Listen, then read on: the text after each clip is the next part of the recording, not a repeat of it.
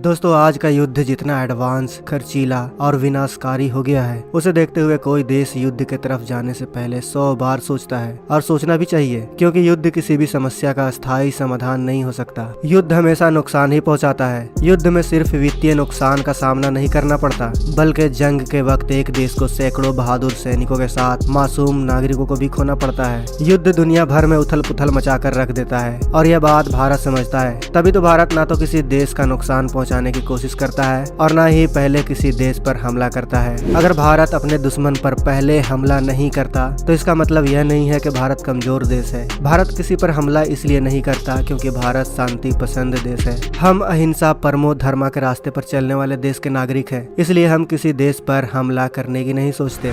लेकिन भारत को अगर कोई देश आंख दिखाने की कोशिश करता है तो भारत उसके आंखों का इलाज अच्छे से करना जानता है। भारत जानता है कि दुश्मन कभी भी कहीं से भी हमला कर सकता है, इसलिए दुश्मनों को उसकी औकात दिखाने के लिए भारत आज एक से बढ़कर एक हथियार बनाने में लगा हुआ है। ऐसे हथियार जो भारत की हिफाजत भी कर सकते हैं और दुश्मन को करारा जवाब भी दे सकते हैं। तो आज के इस वीडियो में हम भारत के कुछ ऐसे ही प्रोजेक्ट और हथियार के बारे में जानेंगे जिसे भारत के वैज्ञानिक बनाने में लगे हुए हैं। तो वीडियो के अंत तक बने रहे दोस्तों, क्योंकि आज बात होगी भारत के भविष्य के हथियारों की।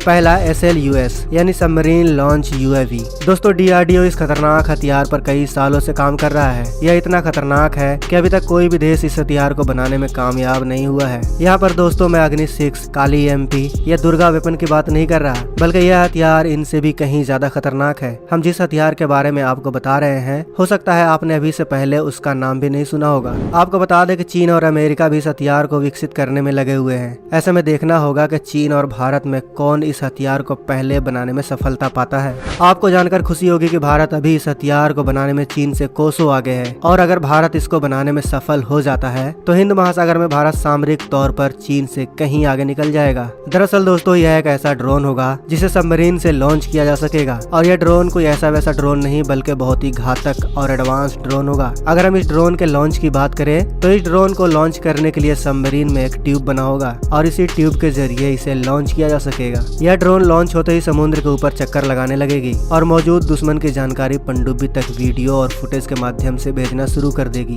आपको बता दें फिलहाल अभी इस ड्रोन से दुश्मन की जानकारी इकट्ठा की जा सकेगी, मगर इसके अगले वेरिएंट में खूबी यह होगी कि वह ड्रोन दुश्मन पर स्ट्राइक भी कर सकने में सक्षम होगी। आपको बता दें दोस्तों कि युद्ध के समय हम दुश्मन को तभी हरा सकते हैं जब हमारे पास दुश्मन की सटीक जानकारी मौजूद हो, और नेवी का यह ड्रोन दुश्मन की जानकारी देने में पूरी तरह सक्षम है। उम्मीद है DRDO भविष्य के इस हथियार को बहुत जल्द बनाकर तैयार कर लेगा। दूसरा रेल गन। दोस्तों दुनिया तब हैरान हो गई जब भारत ने रेल गन का ऐलान किया। रेल गन कितना खतरनाक होता है आप इस बात से अंदाजा लगा लो कि अगर रेल गन को सिर्फ 1 घंटा चला दिया गया तो इसकी नली तक गल जाती है। रेल गन कितना खतरनाक होता है इसका अंदाजा आप इस बात से लगा सकते हैं कि यह 1 सेकंड में 3 किलोमीटर की गति से दुश्मन पर हमला करता है। यानी कोई दुश्मन अगर 10 किलोमीटर की दूरी पर है तो यह हथियार उसे सिर्फ 3 सेकंड में तबाह कर सकता है। अगर हम रेल गन के तकनीक की बात करें तो इसमें 2 इलेक्ट्रोमैग्नेटिक कंडक्ट रेल होती है, जिसके वजह से इसे रेल गन कहा जाता है। इसमें एक रेल पॉजिटिव तो वहीं दूसरी नेगेटिव होती है, जिसमें पॉजिटिव वाले में पॉजिटिव इलेक्ट्रोमैग्नेटिक चार्ज होता है तो वहीं नेगेटिव वाले में नेगेटिव इलेक्ट्रोमैग्नेटिक चार्ज होता है। इन दोनों नली यानी रेलों के बीच में एक एल्युमिनियम की प्लेट लगी होती है जिसे आर्मेचर कहा जाता है। यही आर्मेचर इस रेल गन को पूरा करता है, क्योंकि इसी के ऊपर प्रोजेक्टाइल को डिप्लॉय किया जाता है, और जब रेल गन को फायर किया जाता है तब इसमें लगी प्रोजेक्टाइल के साथ आर्मेचर भी फायर होता है। जितना अधिक रेल गन में करंट होता है उतनी अधिक गति से रेल गन प्रोजेक्टाइल को फायर करता है। फायर करने की गति 10 मैक यानी ध्वनि की गति से 10 गुना अधिक होती है। दोस्तों अब हम बात करते हैं भारत के एक और प्रोजेक्ट विष्णु की। इस प्रोजेक्ट के तहत भारत 2 हाइपरसोनिक मिसाइलों का निर्माण कर रहा है। प्रोजेक्ट विष्णु के अंतर्गत बनने वाले इन दोनों मिसाइलों को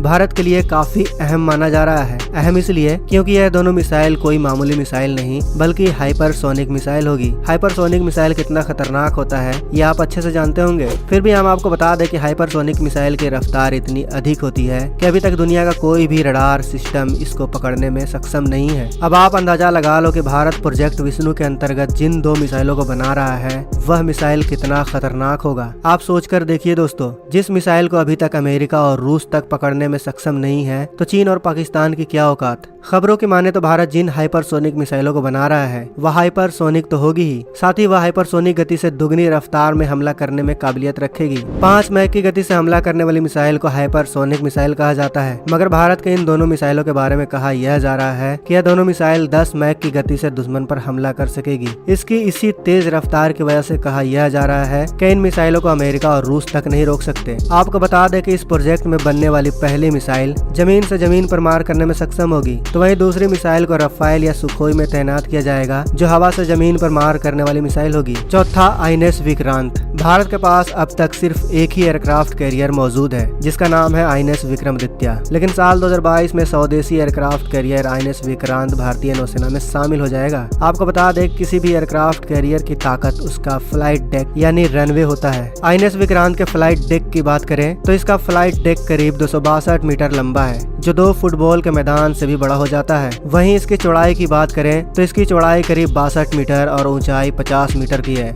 वहीं इस स्वदेशी एयरक्राफ्ट कैरियर पर करीब 30 फाइटर जेट्स और हेलीकॉप्टर तैनात हो सकेंगे। इन 30 एयरक्राफ्ट में 20 लड़ाकू विमान और 10 हेलीकॉप्टर होगा। इन 20 फाइटर जेट में रूस से लिए गए MiG-29 के फाइटर एयरक्राफ्ट होगा, जबकि 8 भारत का स्वदेशी LCA नेवी हेलीकॉप्टर होगा। विक्रांत पर 6 एंटी सबमरीन हेलीकॉप्टर तैनात होंगे जो दुश्मन की पनडुब्बियों पर खास नजर रखेंगे। इसके अलावा विक्रांत पर 2 टोही हेलीकॉप्टर और 2 सर्च एंड रेस्क्यू मिशन में इस्तेमाल किया जाने वाला हेलीकॉप्टर भी तैनात होगा। स्वदेशी एयरक्राफ्ट कैरियर विक्रांत का आदर्श वाक्य है जयम सम युधि स्पृधा। ऋग्वेद से लिए गए इस युक्ति का अर्थ है अगर मुझसे कोई लड़ने आया है तो मैं उसको परास्त करके रहूंगा। आपको बता दें कि इस नए विक्रांत को भारतीय नौसेना के रिटायर हो चुके एयरक्राफ्ट कैरियर विक्रांत के नाम पर नामकरण किया गया है। विक्रांत ने 1971 के युद्ध में पाकिस्तान पर विजय पाने में एक अहम भूमिका निभाई थी। भारत को कम से कम 2 एयरक्राफ्ट कैरियर की जरूरत इसलिए है क्योंकि भारत की करीब 7000 किलोमीटर की 2 तरफा लंबी समुद्री सीमाएं हैं। एक है पूर्व में बंगाल की खाड़ी से सटी तो दूसरी पश्चिम में अरब सागर से सटी है। ऐसे में भारत को 2 अलग अलग मोर्चों पर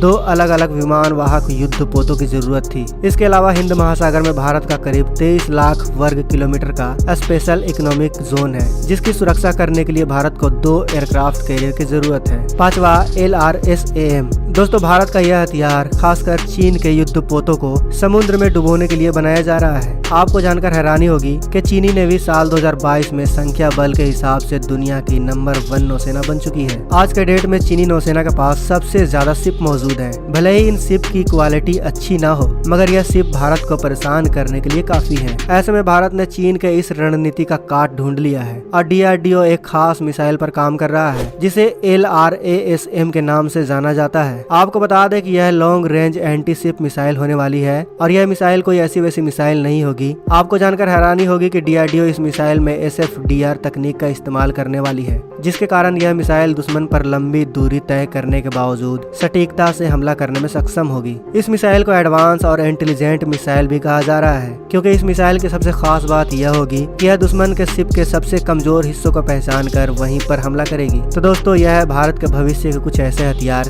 जिनके बारे में जानकर आपको गर्व जरूर हुआ होगा। अगर गर्व हुआ है तो कमेंट बॉक्स में जय हिंद जरूर लिखें।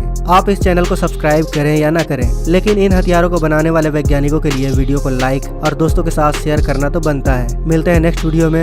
जय हिंद, जय भारत। दोस्तों, अगर आपको ये वीडियो पसंद आए तो वीडियो को लाइक करें, सब्सक्राइब करें और इस घंटे को बजाय ऑल प्रेस करें हमारी वीडियो सबसे पहले देखने के लिए।